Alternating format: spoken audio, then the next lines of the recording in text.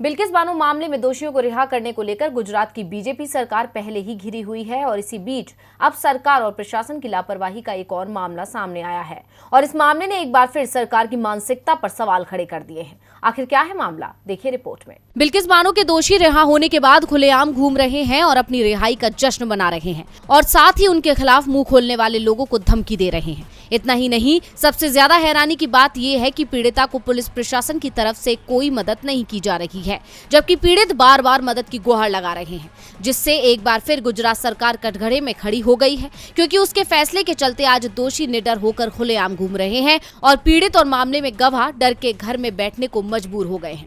दरअसल बिल्किस बानो केस के गवाह इम्तियाज घांची का दावा है कि उनको धमकी मिली है। इम्तियाज ने यह आरोप 11 दोषियों में से एक राधेश्याम शाह पर लगाया है, जो 15 अगस्त को रिहा हुए। इम्तियाज के मुताबिक ये मामला 15 सितंबर का है, जिसके बाद उन्होंने 19 सितंबर को चीफ जस्टिस ऑफ इंडिया, मानवाधिकार कार्यालय, दाहोद डीएम और एसपी को एक एप्लीकेशन भेजी है। इसमें धमकी और जान का खतरा होने की बात कही, लेकिन इतना समय बीत जाने के बाद भी उनके एप्लीकेशन पर कोई सुनवाई नहीं हुई। तो उन्होंने 23 सितंबर को एसपी और डीएम ऑफिस से एप्लीकेशन के बारे में मालूम किया, तो जवाब मिला कि इस तरह का कोई कागज अब तक नहीं मिला है। इम्तियाज ने कहा, 15 सितंबर की शाम में रणधीरपुर से देवघर बारिया जा रहा था। रास्ते में पीपलोद गांव पड़ता है, वहां रेलवे क्रॉसिंग है। तब करीब 8 बजे होंगे। मैं वहां से गुजर रहा था कि राधेश्याम ने मुझे बुलाया। वो अपनी कार में और मैं बाइक से था। मैं डरते डरते उसके पास गया। उसने पूछा, सब ठीक है? मैंने कहा, हाँ सब ठीक है। फिर उसने कहा, तुमने इतना सब किया, हमारा क्या बिगाड़ लिया? हम तो अब बाहर हैं, अब भागने की बारी तुम्हारी है।